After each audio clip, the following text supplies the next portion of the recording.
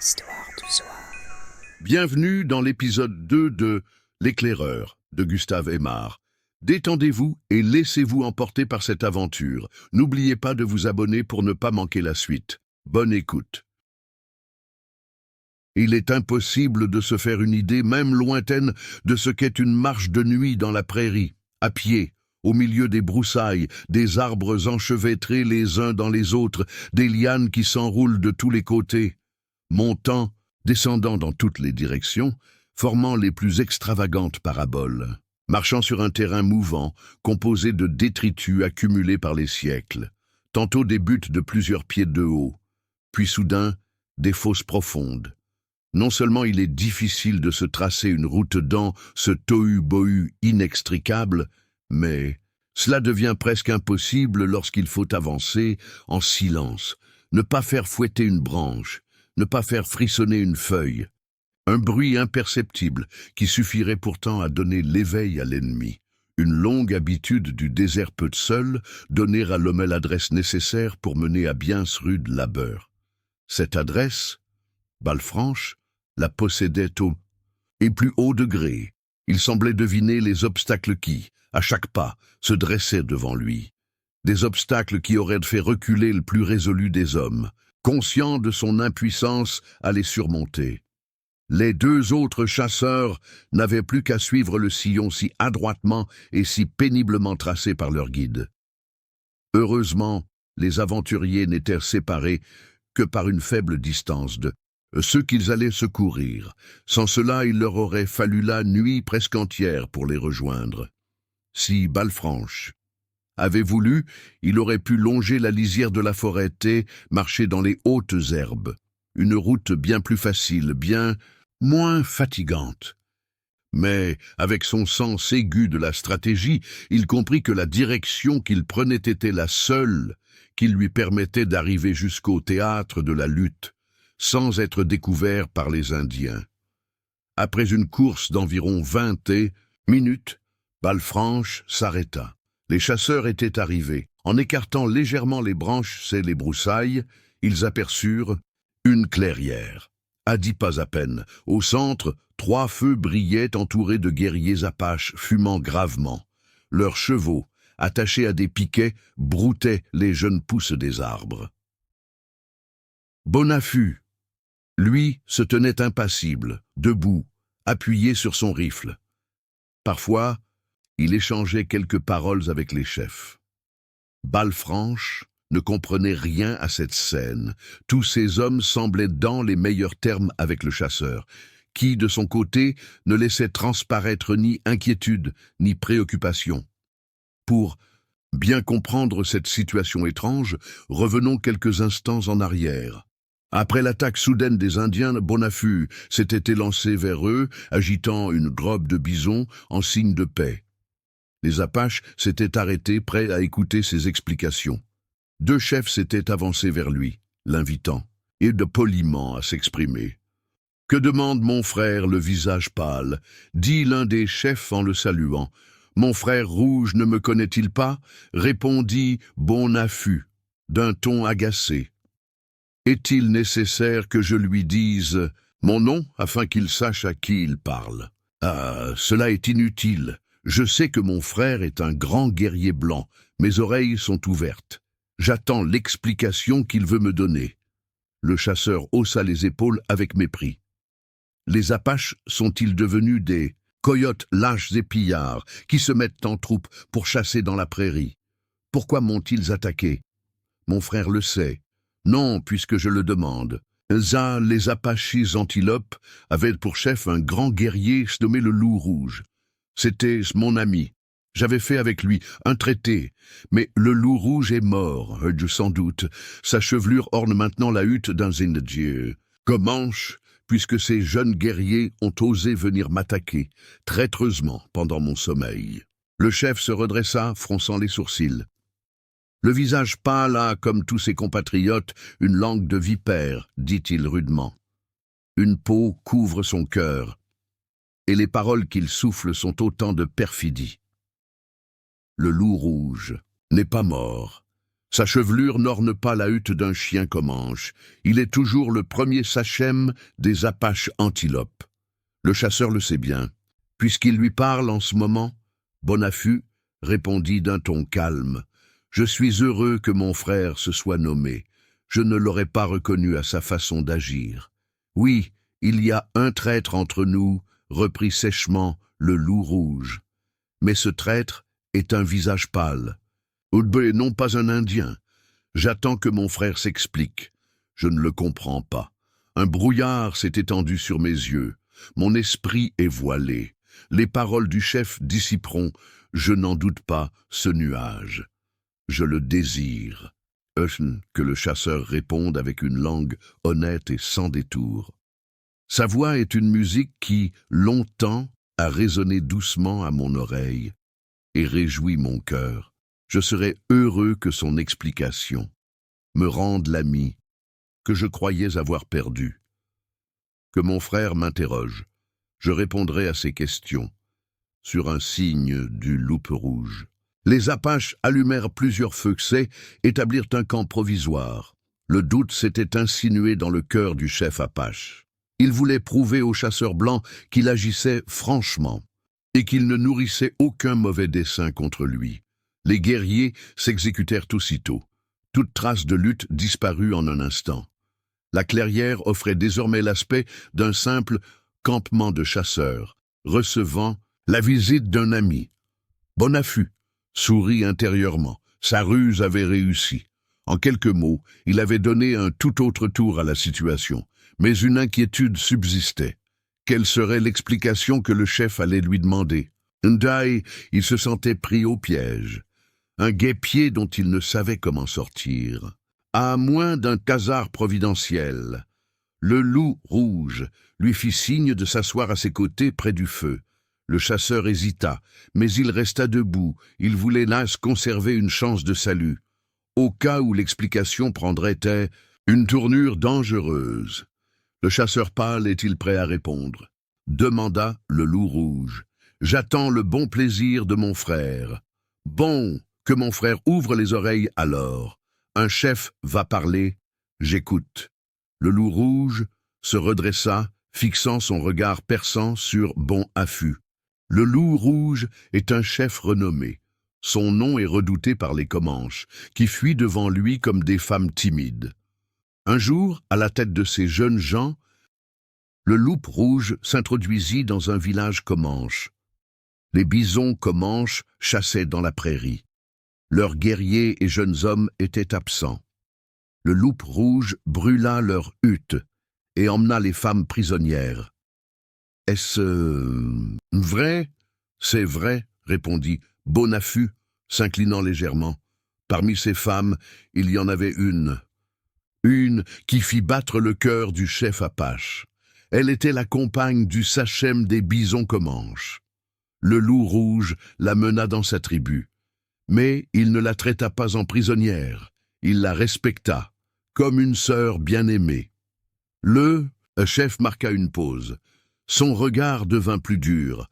Il fixait Bonaffut avec une intensité glaciale. Que fit alors le chasseur pâle? Non, Bonaffut ne broncha pas. J'attends que mon frère m'accuse, afin de savoir ce qu'il me reproche. Le loup rouge reprit, d'une voix chargée d'animosité, le chasseur pâle, abusant de l'amitié. Du chef nous introduisit dans son village. Sous prétexte de rendre visite à son frère rouge, il parcourut librement l'Altepetle. Il fureta partout. Et quand il eut découvert l'églantine, Tadon il l'enleva. Une nuit obscure, comme un traître, et un lâche. À ces mots, Bonaffut serra le canon de son rifle par un mouvement convulsif, mais presque aussitôt il reprit son sang-froid. Le chef est un grand guerrier. Il parle bien. Les paroles arrivent à ses lèvres. Il dit avec une abondance pleine de charme, mais il se laisse emporter par la passion et ne rapporte pas les choses telles qu'elles se sont passées. « Ouah !» s'écria le loup rouge, furieux. Le loup rouge serait donc à un imposteur, sa langue menteuse doit être jetée aux chiens alors. Bonaffut resta impassible. J'ai écouté patiemment les paroles du chef. C'est maintenant à lui d'écouter les miennes. Bon, que mon frère parle. En ce moment, un sifflement faible comme un soupir se fit entendre. Les Indiens n'y prêtèrent pas attention, mais le chasseur tressaillit. Son œil profond lança un éclair, et un sourire de triomphe plissa le coin de ses lèvres. « Je serai bref, dit-il. Je me suis en effet introduit dans le village de mon frère. Aide-moi franchement et loyalement. Je suis venu lui demander, au nom de Matchsi Kared, le grand sachem des bisons Comanches, sa femme, que le loup rouge avait enlevée. Cette femme, j'offrais de payer pour elle une riche rançon, 4, héros ou pas, des fusils, 6 peaux de bison femelles, et 2 colliers de griffes d'ours gris. Je voulais empêcher une guerre pas entre les bisons Comanches et les Apaches antilopes, mais le loup rouge, au lieu d'accepter mes propositions amicales, les a méprisées. Je l'ai alors averti que, de gré ou de force, de l'aigle volant reprendrait sa femme, traîtreusement enlevée en son absence. Puis, je me suis retiré. Quel reproche peut m'adresser mon frère? Dans quelles circonstances me suis-je mal conduit envers lui? L'aigle volant a repris sa femme. Il a bien fait. Il était dans son droit. Le loup rouge n'a rien à dire à cela. Dans une circonstance semblable, il aurait agi de même. J'ai dit que mon frère réponde si son cœur lui prouve que j'ai eu tort. Le chef observa le chasseur un instant, puis il répondit « Bon, mon frère était ici avec l'églantine. Il y a quelques minutes, il me dira où elle s'est cachée, le loup rouge la reprendra. Oh, et il n'y aura plus de nuages entre le loup rouge et son ami? » Bonaffut secoua lentement la tête. Le chef oubliera cette femme. Elle ne l'aime pas, et elle ne pourra jamais être la sienne. Cela vaudra mieux. D'autant plus que l'aigle volant ne consentira pas à la lui céder. Le loup rouge plissa les yeux. Le loup rouge a des guerriers pour soutenir ses paroles, dit-il avec orgueil. L'aigle volant est seul. Comment s'opposera-t-il à la volonté du sachem? Bonaffut sourit. L'aigle volant a des amis nombreux, dit-il. Il est en ce moment réfugié dans le camp des visages pâles. Que le loup rouge regarde. Il peut voir d'ici leurs feux étinceler dans la nuit. Le chef tressaillit. Il tendit l'oreille. Écoute, je crois entendre des bruits de pas dans la forêt.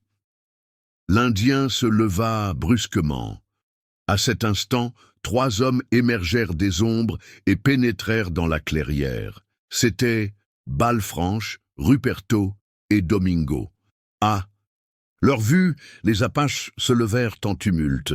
Ils les connaissaient parfaitement et poussèrent un cri d'étonnement, presque de frayeur, saisissant leurs armes, prêts à réagir. Mais les 3 chasseurs continuèrent à avancer tranquillement, sans sembler se soucier de cette agitation. Nous allons maintenant expliquer l'apparition des chasseurs et leur intervention qui allait changer le cours des événements. Explication mutuelle. Balfranche et ses 2 compagnons, grâce à la position qu'ils occupaient, pouvaient voir tout ce qui se passait dans la clairière, mais aussi ils entendaient chaque mot de la conversation entre Bonaffut et le loup rouge. Depuis de longues années, le chasseurs canadiens étaient intimement liés. Maintes fois, ils avaient combattu ensemble ou entrepris des expéditions audacieuses contre les Indiens. Ils n'avaient aucun secret l'un pour l'autre. Tout était commun entre eux, leur haine comme leurs amitiés. Balfranche connaissait parfaitement le fait, auquel le loup rouge faisait allusion, et si certaines raisons mystérieuses ne l'en avaient empêché, il aurait probablement aidé son ami à enlever l'églantine au chef Apache. Cependant, un doute persistait dans son esprit. Pourquoi Bonaffut était-il au milieu des Indiens? Que s'était-il passé? Et surtout, comment Une rixe accompagnée de cris et de coups de feu avait-elle pu se transformer en une conversation amicale? Par quel concours étrange de circonstances, Bonaffut, l'homme le plus au fait des ruses indiennes, se retrouvait-il dans une telle position? Un homme dont la réputation d'adresse et de courage était universelle parmi les chasseurs et trappeurs de l'Ouest, seul, au milieu de 30 ou 40 Apaches, les plus fourbes, les plus traîtres, les plus féroces des Indiens qui sillonnent le désert. Voilà ce que le digne chasseur ne pouvait s'expliquer et ce qui le rendait songeur. Mais, au risque de ce qui pourrait arriver, il résolut de révéler sa présence à son ami. Par un beau signal convenu entre eux de longue date, un signal pour l'avertir qu'un tout ami veillait sur lui. C'était alors qu'il avait fait entendre ce sifflement, au bruit duquel nous avons vu Bonaffut tressaillir. Mais ce signal eut un second effet auquel Balfranche ne s'attendait pas. Les branches de l'arbre auquel s'appuyait le Canadien s'écartèrent doucement, et un homme, se suspendant par les bras, tomba soudain à 2 pas de lui, mais cela si légèrement que sa chute ne produisit pas le moindre bruit. Balfranche reconnut immédiatement l'homme qui semblait ainsi tomber du ciel, mais grâce à son sang-froid, il ne laissa rien paraître de son étonnement. Il posa la crosse de son rifle à terre et salua poliment l'Indien. « Drôle d'idée. Que vous avez, chef ?» lui dit-il en souriant. « Se promener ainsi sur les arbres à 7 heures de la nuit. » L'Indien répondit d'un accent guttural. « L'aigle volant guette les Apaches. Mon frère ne s'attendait-il pas à me voir? » Dans la prairie, il faut s'attendre à tout, chef. Je vous avoue que peu de rencontres me sont aussi agréables que la vôtre. Je tout en ce moment. Mon frère est sur la piste des antilopes. Ma foi, je vous jure, chef, qu'il y a 1 heure, je ne me croyais pas aussi près d'eux. Si je n'avais pas entendu vos coups de feu, il est probable qu'en ce moment, je dormirais tranquille à mon campement. Oui, mon frère a entendu chanter le rifle d'un ami, et il est venu. Vous avez deviné juste, chef. Ah ça! Maintenant, mettez-moi. Au fait, car je ne sais rien, moi. Mon frère pâle n'a-t-il pas entendu le loup rouge, qui deuce parfaitement? Il n'y a rien d'autre. Rien, l'aigle volant a enlevé sa femme. Les Apaches l'ont poursuivi, comme de lâches coyotes, et cette nuit, ils l'ont surpris à son feu. Très bien. L'églantine est-elle en sûreté? L'églantine est une femme comanche. D'elle, ignore la crainte. Je le sais. C'est une bonne créature, mais ce n'est pas de cela qu'il s'agit. Que comptez-vous faire? Attendre l'instant favorable. Pousser mon cri de guerre. Aider. Tomber sur ces chiens. Balfranche secoua la tête. Votre projet est un peu vif. Si vous me le permettez, j'y changerai quelque chose. La sagesse parle par la bouche du chasseur pâle. L'aigle volant est jeune, il lui obéira. Bon, d'autant plus que je n'agirai que dans votre intérêt. Maintenant, laissez-moi écouter. La conversation me semble prendre une tournure. Ah, fort intéressante. L'Indien s'inclina sans répondre. Balfranche se pencha en avant, écoutant attentivement. Quelques minutes passèrent. Puis le chasseur jugea qu'il était temps d'intervenir. Il se tourna vers le chef et lui parla à voix basse, comme il l'avait fait tout au long de leur échange. Que mon frère me laisse mener cette affaire. Sa présence nous serait plus nuisible qu'utile. Nous ne pouvons combattre un aussi grand nombre d'ennemis. La prudence exige que nous ayons recours à la ruse. Les Apaches sont des chiens, murmura le Comanche avec colère. Je suis de votre avis, mais pour l'instant, feignons de ne pas les considérer comme tels. Croyez-moi, nous prendrons bientôt notre revanche. D'ailleurs, l'avantage nous reste. Ah, puisque nous les trompons. L'aigle volant baissa la tête. Le chef me promet-il de ne pas faire un geste sans un signal de moi? Reprit le chasseur avec insistance. L'aigle volant est un sachem. Il a dit qu'il obéirait à la tête grise. Bien, Maintenant, regardez, votre attente ne sera pas longue. » Après ces paroles, prononcées avec son accent railleur habituel, le vieux chasseur écarta résolument les broussailles et entra d'un pas ferme dans la clairière, suivi de ses deux compagnons. Nous avons déjà dit l'émotion causée par cette arrivée imprévue. L'aigle volant avait regagné son embuscade au sommet de l'arbre d'où il était descendu, pour échanger quelques mots avec le chasseur et lui en donner les renseignements qu'il attendait. Balfranche s'arrêta aux côtés de Bonaffut. « N'ji, ami !» lui dit-il alors en espagnol, langue que la plupart des Indiens comprennent, « votre ordre est exécuté. L'aigle volant et sa femme sont à présent dans le camp des Gambuchinos. »« Bien, » répondit Bonaffut, comprenant, à demi-mot. « Quels sont les deux hommes qui vous accompagnent ?»« Maomslel, 2 chasseurs. Le chef des Gachupines me les a donnés pour m'accompagner, malgré mes assurances que vous vous trouviez au milieu d'amis. Lui-même ne tardera pas à arriver, à la tête de 30 cavaliers. » Bonaffut hocha la tête. « Retournez auprès de lui. Dites-lui qu'il n'est pas nécessaire qu'il se dérange. Deux ou plutôt, non. J'irai moi-même, afin d'éviter tout malentendu. » Ces paroles, dites sans emphase, naturellement, par un homme que chacun des Indiens présents savait, appris à respecter et à craindre, produisirent sur eux un effet impossible à rendre. Nous l'avons dit à plusieurs reprises. Les Peaux-Rouges allient la plus folle témérité à la plus grande prudence. Jamais ils ne tentent une entreprise sans calculer d'avance toutes les chances de réussite. Dès que ces chances s'amenuisent, dès qu'un risque devient trop grand, ils n'ont pas honte de reculer, car chez eux, l'honneur n'a pas la même valeur qu'en Europe. Seul compte le succès. Le loup rouge était un homme brave. Il en avait donné d'innombrables, preuve dans de nombreux combats, mais, face à l'intérêt de sa tribu, il n'hésita pas à sacrifier ses désirs personnels.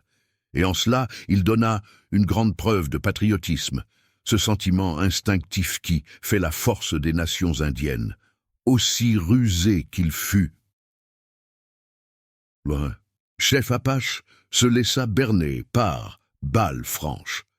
L'aplomb imperturbable du vieux chasseur, son intervention soudaine, aurait trompé un homme plus intelligent encore, Choc, le loup rouge. Mais le chef prit immédiatement son parti, sans hésiter, sans arrière-pensée. « Mon frère, la tête grise, est le bienvenu à mon foyer. Mon cœur se réjouit de recevoir un ami. Ses compagnons et lui là peuvent prendre place autour du feu du conseil. Le calumet d'un chef de l'Est prêt à leur être offert. » Balfranche s'inclina légèrement. « Le loup rouge est un grand chef. Je suis heureux des sentiments de bienveillance qu'il éprouve pour moi. J'accepterai son offre avec plaisir. Moi, ceci des raisons urgentes ne m'obligeaient pas à rejoindre au plus vite mes frères, les visages pâles. Ils m'attendent à peu de distance, de l'endroit où campent les Apaches antilopes. » Le loup rouge plissa les yeux, son ton se fit plus cauteleux. « J'espère qu'aucun nuage ne s'est élevé entre la tête grise et son frère, le loup rouge. 2 guerriers doivent s'estimer. C'est aussi mon opinion, chef. Voilà pourquoi je me suis présenté. Franchement, dans votre camp. Alors qu'il m'aurait été facile de venir accompagné de plusieurs guerriers de ma nation. Balfranche savait bien que les Apaches comprenaient l'espagnol. Aucun des mots qu'il avait échangés avec Bonaffut ne leur avait échappé, mais il était dans son intérêt et dans celui de son compagnon, de feindre de l'ignorer et d'accepter les paroles du chef comme un gage de sincérité.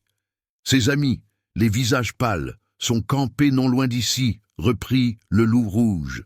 Oui, à 4 ou 5 portées, de flèches au plus, dans la direction de l'ouest.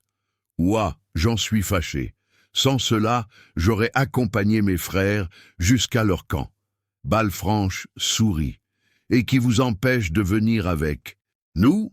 Redouteriez-vous une mauvaise réception par hasard? Le chef Apache redressa fièrement la tête. Och! Qui oserait ne pas recevoir le loup rouge avec les égards qui lui sont dus? Personne, assurément. Le loup rouge se pencha alors vers un de ses subalternes et lui murmura quelques mots à l'oreille. L'homme se leva et quitta discrètement la clairière. Les chasseurs virent ce mouvement avec inquiétude. Ils échangèrent un regard furtif, un regard qui signifiait « Tenons-nous sur nos gardes ». Sans affectation, ils reculèrent à de quelques signes pour se rapprocher les uns des autres. Ils savaient à qui ils avaient affaire, et Badil s'attendait à tout. 10 minutes passèrent, puis l'Indien expédié par le chef rentra dans la clairière. Le loup rouge le fixa intensément. « Eh bien ?» L'Indien hocha la tête. « Nilijti. »« C'est vrai. » Le chef Apache se renfrogna. Le silence pesa quelques instants dans la clairière, puis il releva les yeux, et son regard brilla d'une lueur indéchiffrable. Le visage du Sachem se rembrunit. Il était désormais certain que Balfranche ne l'avait pas trompé. L'homme qui l'avait envoyé hors du camp devait vérifier si l'on apercevait bien, à distance, le feu d'une troupe. De visage pâle, la réponse de son émissaire prouvait que la trahison était impossible. Il fallait donc continuer à feindre et se séparer de ses hôtes incommodes avec des paroles convenables, là où il aurait tant préféré s'en débarrasser autrement. Sur son ordre, les chevaux furent détachés et les guerriers montèrent en selle. Le loup rouge leva les yeux vers le ciel. Le jour est proche. La lune est rentrée dans la grande montagne. Je me mets en route avec mes jeunes hommes. Que le Wakanda protège mes frères pâles. Merci, chef, répondit Bonafu. Mais ne venez-vous pas avec moi? Le loup rouge tira sur la bride de son cheval. Son ton se fit plus sec. Nous ne suivons pas le même sentier. Puis, sans attendre de réponse, il enfonça ses talons dans les flancs de sa monture. Balfranche serra les dents. C'est probable, chien maudit, marmonna-t-il entre ses dents. Toute la troupe s'éloigna au galop et disparut dans l'épaisseur de la nuit. Bientôt, le bruit des sabots se confondit avec les 1000 rumeurs mystérieuses du désert. Les chasseurs étaient seuls. Un silence s'installa. Puis, presque aussitôt, un sourire naquit sur leurs lèvres. Ils se regardèrent et furent à 2 doigts d'éclater de rire. Comme les augures de la Rome antique qui ne pouvaient se regarder sans rire. Sur un signal de bon affût, l'aigle volant et l'églantine vinrent rejoindre les chasseurs qui s'étaient sans façon installés devant les feux, qu'ils avaient été si adroitement dérobés aux Apaches. Balfranche, bourrant sa pipe, hocha la tête en souriant. Je rirai longtemps de ce tour. Mais il est presque aussi bon que celui que j'ai joué aux Pawnees en 1827 sur le haut Arkansas. J'étais bien jeune alors. Depuis quelques années à peine, je parcourais la prairie, et je n'étais pas encore habitué aux diableries indiennes. Je me rappelle que... Oh, mais par quel hasard vous rencontrez-je ici, Balfranche? L'interrompit brusquement. Bon affût. Il savait bien que lorsque Balfranche commençait une histoire, rien ne pouvait plus l'arrêter. Tout était prétexte, un récit interminable d'une de ses innombrables aventures. Ses amis connaissaient sa faiblesse, et ne se gênaient pas pour l'interrompre. D'ailleurs, il ne s'en offusquait jamais. 10 minutes plus tard, il recommençait une autre histoire, et il fallait à nouveau l'interrompre. À la question de bon affût, Balfranche répondit enfin « Nous allons causer, et je vous raconterai cela. » Puis, se tournant vers Domingo. « Oh, mon ami, me dit-il, je vous remercie de l'aide que vous nous avez prêtée. Retournez au camp, et n'oubliez pas votre promesse. Surtout, Rapportez ce que vous avez vu, Benoît, la personne que vous savez. C'est convenu, vieux trappeur. Soyez tranquille. Adieu. Domingo jeta son rifle sur l'épaule, alluma sa pipe et s'éloigna, à grands pas, en direction du camp. 1 heure plus tard. Mais il y arrivait. Là, dit de bon affût. Je crois que plus rien ne nous empêche de reprendre notre conversation. Balfranche leva un doigt en l'air. Si, une chose encore. Laquelle? Voici la nuit presque passée. Elle a qu'à été rude pour tout le monde. Je suppose que 2 ou 3 heures de sommeil ne seraient pas de trop. Elles ne sont pas indispensables, mais au moins nécessaires. Dites-moi seulement un mot. Ensuite, je vous laisserai dormir aussi longtemps que vous le voudrez. Voyons ce mot. Comment vous êtes-vous trouvé si à point ici pour me venir en aide? Balfranche soupira. Diable, voilà précisément ce que je craignais. Votre question m'oblige à entrer dans des détails beaucoup trop longs. Pour que je puisse vous répondre maintenant, Bonaffut haussa les épaules. C'est que voyez-vous, mon ami, malgré le vif désir que j'aurais beau de demeurer quelques jours avec vous, je suis forcé de vous quitter au lever du soleil. Allons donc, ce n'est pas possible. Pardonnez-moi, mais quelle raison si urgente? Bonaffut répondit gravement, « Je me suis engagé comme éclaireur, avec une caravane. J'ai donné rendez-vous, mais pour demain à 2 heures de l'après-midi, au Gué del Rubio. Ce rendez-vous est pris. Depuis plus de 2 mois, vous savez bien qu'un engagement est sacré pour nous autres chasseurs. Vous ne voudriez pas me faire manquer à ma parole. Bossem pour toutes les peaux de bison, qui se tuent chaque année dans la prairie. Vers quelle partie du Far West guidez-vous ces hommes? Je le saurai demain. Et à quelle sorte de gens avez-vous affaire? Sont-ils espagnols ou gringos? Ma foi, je les suppose mexicains. Leur chef se nomme Don Miguel Ortega, je crois, ou un nom approchant, quelque chose comme cela, enfin. Hein? S'écria Balfranche en faisant un bond de surprise. Quel nom avez-vous dit? Don Miguel Ortega. Après cela, peut-être me trompais-je. Mais je ne crois pas. Balfranche fronça les sourcils. Son regard se fit plus dur. C'est étrange, murmura-t-il comme se parlant à lui-même. Je ne vois rien d'étrange là-dedans. Ce nom me semble fort ordinaire. Pour vous, c'est possible. Et vous avez traité avec lui? Ben, parfaitement. Comme éclaireur. Oui, 1000 fois, oui. Balfranche fixa son ami, les yeux plissés. Eh bien, rassurez-vous, Bonaffut, nous avons de longs jours à vivre ensemble. Feriez-vous partie de sa troupe? Dieu m'en garde. Alors, je n'y comprends plus rien. Balfranche sembla réfléchir profondément. Puis, se tournant vers son ami, « Boutam, écoutez-moi, Bonaffut, vous êtes mon plus ancien ami, et je ne veux pas vous voir vous fourvoyer de gaieté de cœur. J'ai à vous donner certains renseignements, qui vous sont indispensables pour vous acquitter convenablement de votre tâche. Je vois que nous ne dormirons pas cette nuit. Alors, prêtez-moi l'oreille avec attention. Ce que vous allez entendre en vaut la peine. » Bonaffut posa un regard inquiet sur son ami. « Parlez !» Balfranche ferma les yeux un instant.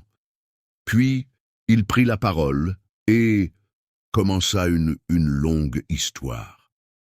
Une histoire si étrange que ses auditeurs écoutèrent avec une attention grandissante. Le soleil s'était déjà levé depuis longtemps, et pourtant, le vieux chasseur parlait encore. Une ténébreuse histoire.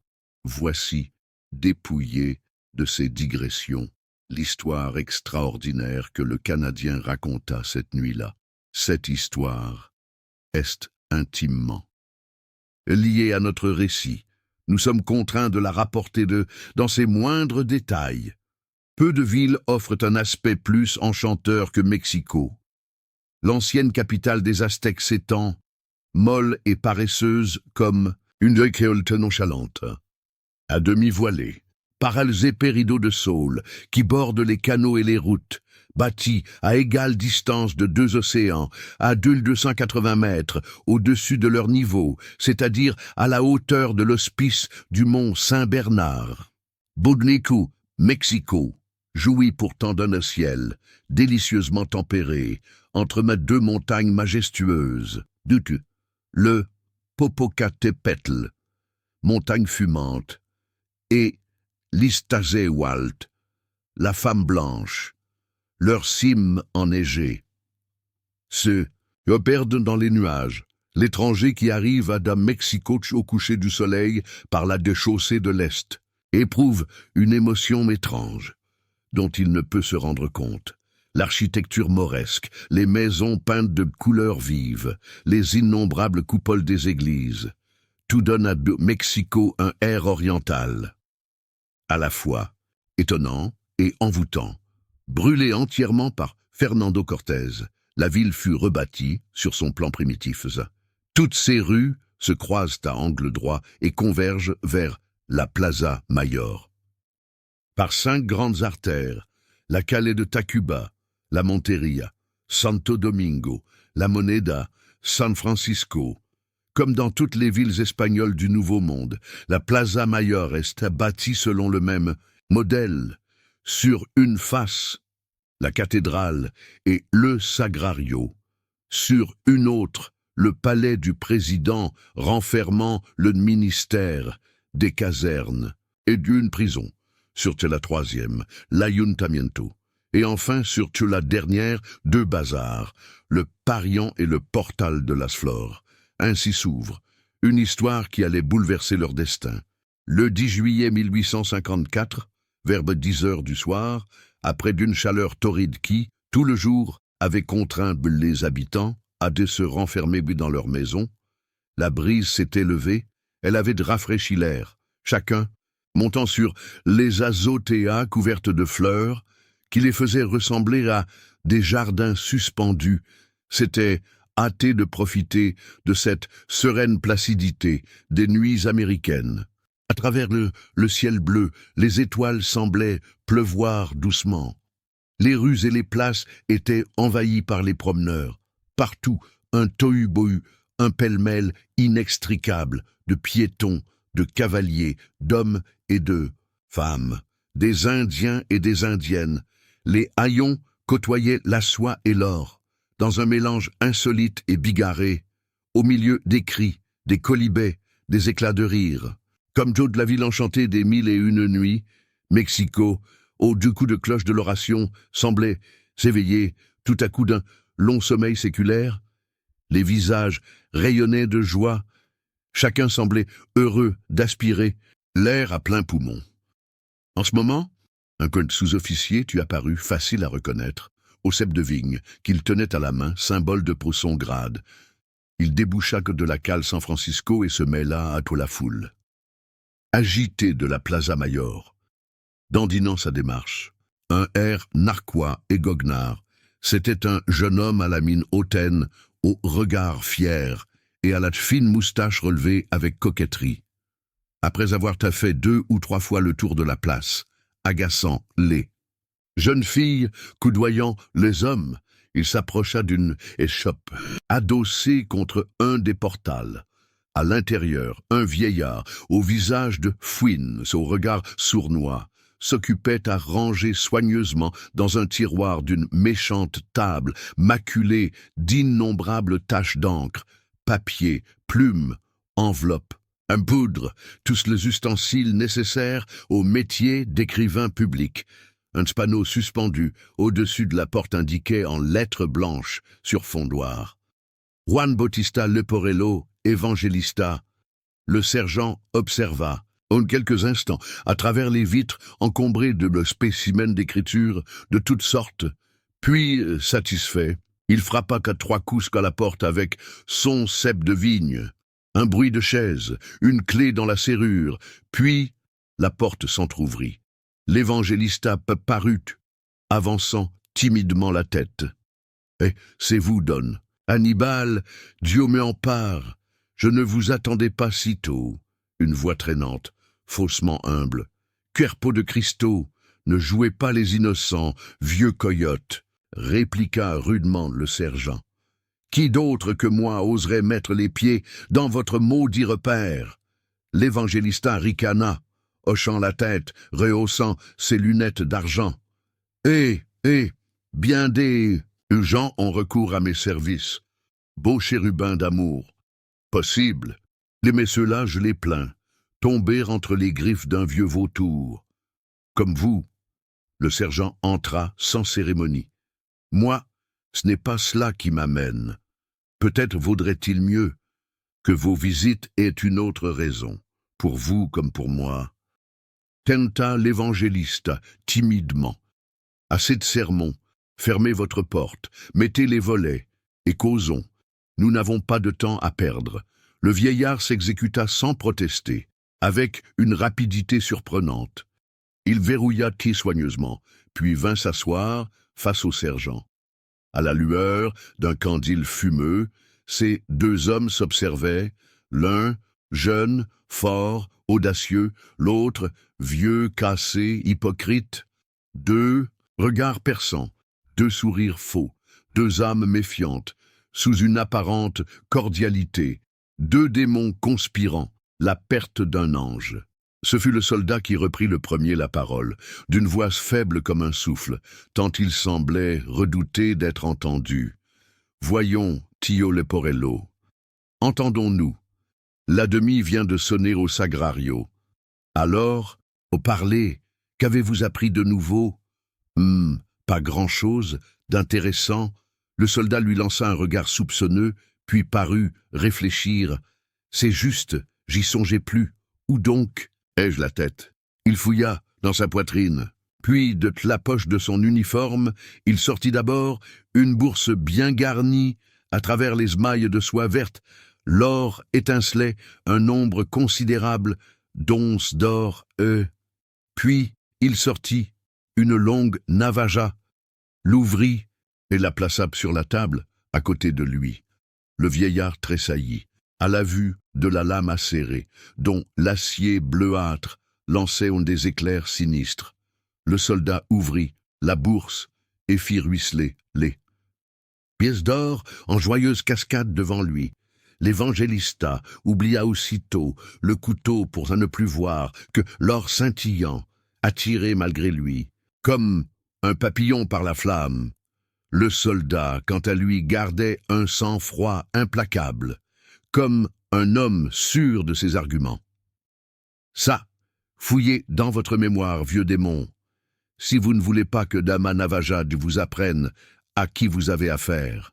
Si jamais vous l'aviez oublié, l'évangélista sourit, un air mielleux et agréable, tout en jetant un regard avide sur les onces d'or. Je sais trop ce que je vous dois, Don Hannibal, pour ne pas chercher à vous satisfaire par tous les moyens dont je dispose. Trêve de s'imagrer, vieux singe, et venons au fait. Prenez ceci. Cela vous encouragera à être sincère. » Il lui mit quelques onces d'or dans la main. L'évangélista Gelès fit disparaître aussitôt, avec une prestesse tellement rapide que le soldat ne vit même pas où elles étaient passées. « Vous êtes généreux, Don Hannibal. Cela vous portera bonheur. »« Au fait, m'y voici. J'écoute. » Le sergent s'accouda sur la table, dans la posture d'un homme qui se prépare à écouter un récit important. Pendant ce temps, l'évangélista tout sauta, cracha discrètement, puis par une vieille habitude de prudence, il jeta un regard soupçonneux autour de lui. Bien qu'il fût seul avec le soldat, dans son échoppe fermée, les bruits de la Plaza Mayor s'étaient éteints. Un à un, la foule s'était dispersée, chacun retournant dans sa demeure. Un silence pesant régnait dehors. Soudain, 11 heures sonnèrent lentement à la cathédrale.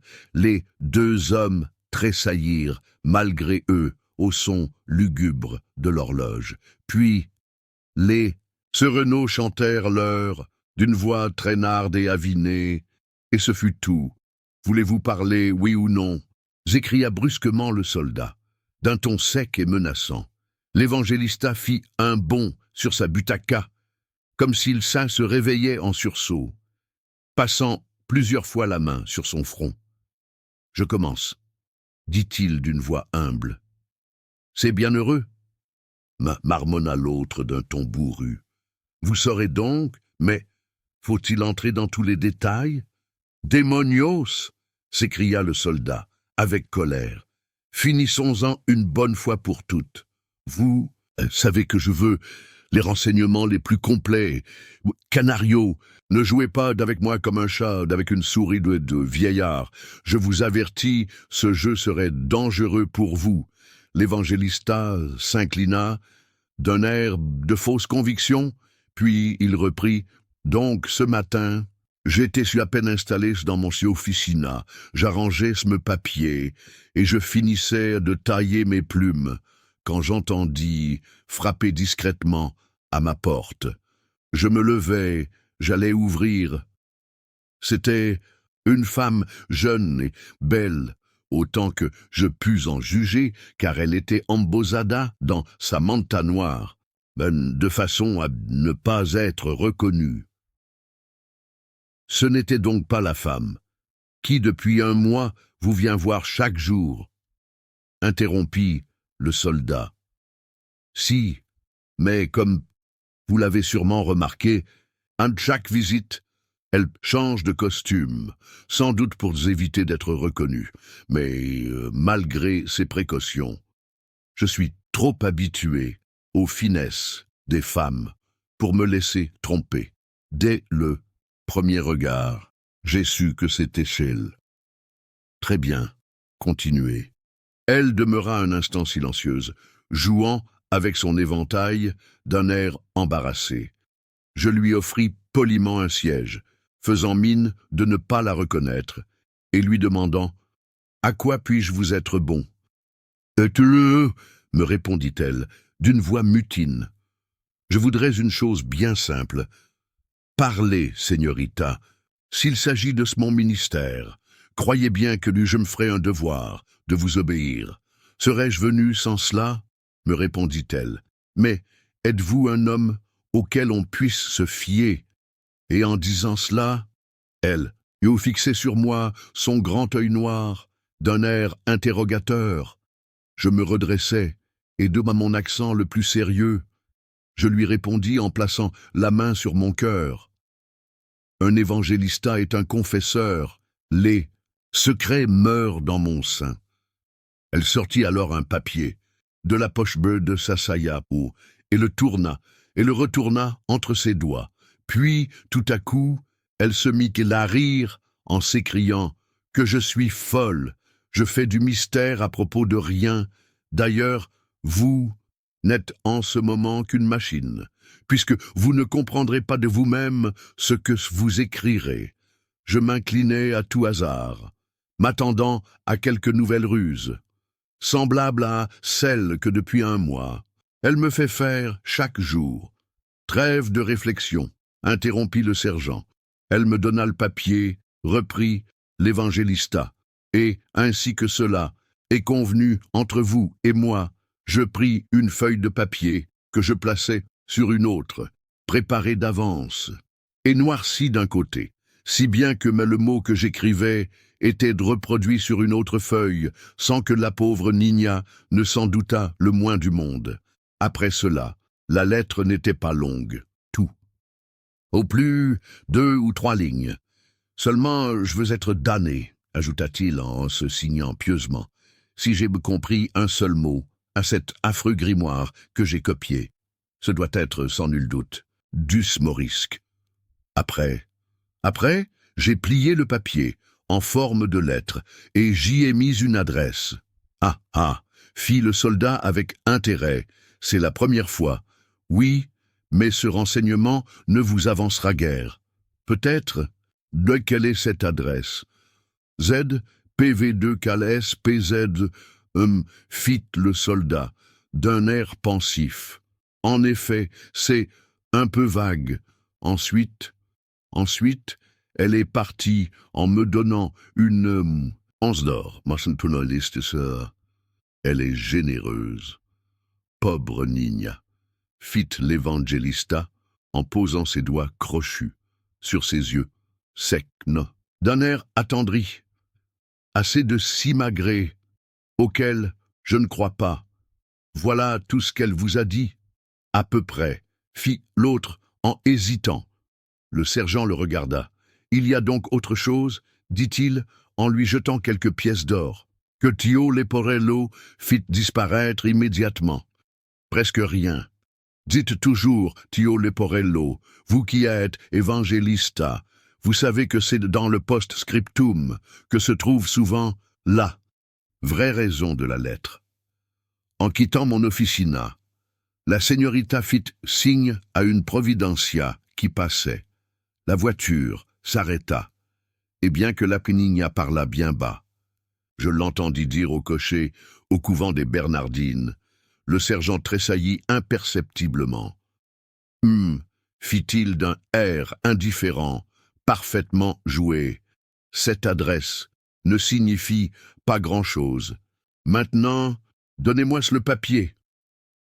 L'évangélista fouilla dans son tiroir et en tira une feuille de papier blanc, sur laquelle quelques mots étaient tracés, en noir, d'une façon presque illisible. Dès que le soldat eut le papier en main, il le parcourut des yeux. Ce qu'il lut semblait avoir un grand intérêt, car il pâlit visiblement. Un tremblement convulsif agita tout son corps. Mais, se remettant presque aussitôt, « C'est bien, » dit-il, en déchirant le papier en parcelles, ada imperceptible. « Voilà pour vous. » Et il jeta sur la table une nouvelle poignée d'onces. « Merci, caballero » s'écria Tio Leporello, en les précipitant avidement sur l'or. Un sourire ironique plissa les lèvres du soldat, et profitant de la position du vieillard, penché sur la table pour ramasser l'or. Il leva son couteau et le lui enfonça jusqu'au manche. Entre les deux épaules, le coup fut net, si bien asséné, que le vieillard tomba comme une masse. Sans un soupir, sans une plainte, le soldat le regarda un instant impassible et froid, puis rassuré par l'immobilité de sa victime. « Allons, » murmura-t-il, « cela vaut mieux. Au moins, de cette façon, il ne parlera pas. » Après cette philosophique oraison funèbre, l'assassin essuya tranquillement son couteau, ramassa son or, éteignit le candile, ouvrit la porte de l'échoppe, la referma avec soin derrière lui et s'éloigna d'un pas assuré, bien qu'un peu pressé. Comme un promeneur attardé attend son retour, la Plaza Mayor était déserte. Zette, une ténébreuse histoire. Suite, l'ancien Mexico était traversé par des canaux, comme Venise, ou, pour être plus exact, comme les villes de Hollande. Généralement, dans toutes les rues, il y avait un chemin latéral entre le canal et les maisons. Aujourd'hui, alors que toutes les rues sont pavées et que, sauf dans un quartier de la ville, les canaux ont disparu, il est difficile de comprendre comment Cervantes, dans l'une de ses nouvelles, a pu comparer Venise à Mexico. Pourtant, si les canaux ne sont plus visibles, ils existent toujours sous le sol.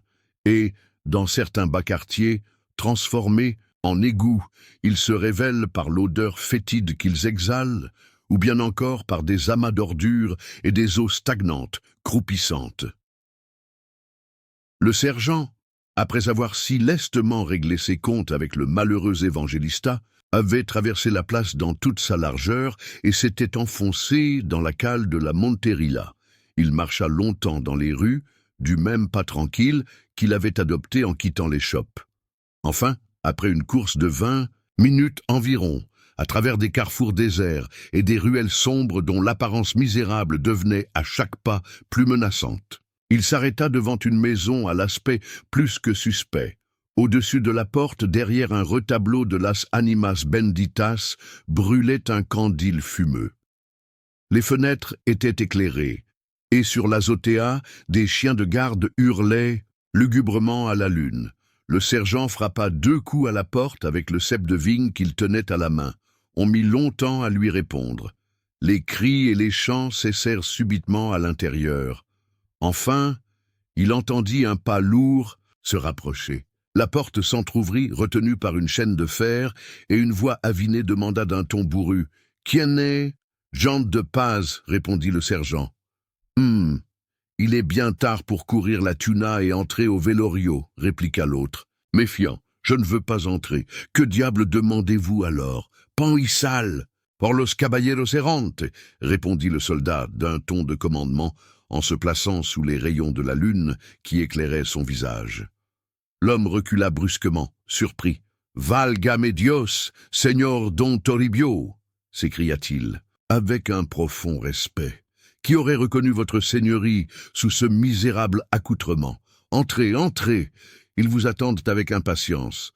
L'homme, devenu aussi obséquieux qu'il était insolent quelques minutes auparavant, s'empressa de détacher la chaîne afin d'ouvrir la porte en grand. « C'est inutile, Pepito, » reprit le soldat. « Je te répète que je n'entrerai pas. Combien sont-ils? 20, seigneurie. Armés? Complètement. Qu'ils descendent à l'instant, je les attends ici. Va, mon fils, le temps presse. Et vous, seigneurie, moi, tu m'apporteras un chapeau, une esclavina, mon épée et mes pistolets. Allons, dépêche-toi. » Pepito ne se fit pas répéter l'ordre. Il laissa la porte entr'ouverte et s'éloigna en courant. Quelques minutes plus tard, une vingtaine de bandits, armés jusqu'aux dents, firent irruption dans la rue en se bousculant les uns les autres. Arrivés auprès du soldat, ils le saluèrent. Respectueusement et sur un signe de lui, restèrent immobiles et silencieux. Pepito revint, portant les objets demandés par celui que l'évangélista avait nommé Don Annibal, que lui appelait Don Toribio, et qui, probablement, portait encore d'autres noms. Mais nous lui conserverons provisoirement le dernier. « Les chevaux sont-ils prêts ?» demanda Don Toribio, en passant à sa ceinture une longue rapière et une paire de pistolets doubles. « Oui, seigneurie, » répondit Pepito, le chapeau à la main. « Bien, mon fils. Tu les apporteras où je t'ai dit. Seulement, comme la nuit, il est défendu de parcourir les rues à cheval. Tu feras attention aux celadors et aux sérénos. » Tous les bandits éclatèrent de rire à cette singulière recommandation. « Là !» reprit Don Toribio, en se coiffant d'un chapeau à large bord que Pepito lui avait apporté avec le reste. « Voilà qui est fait.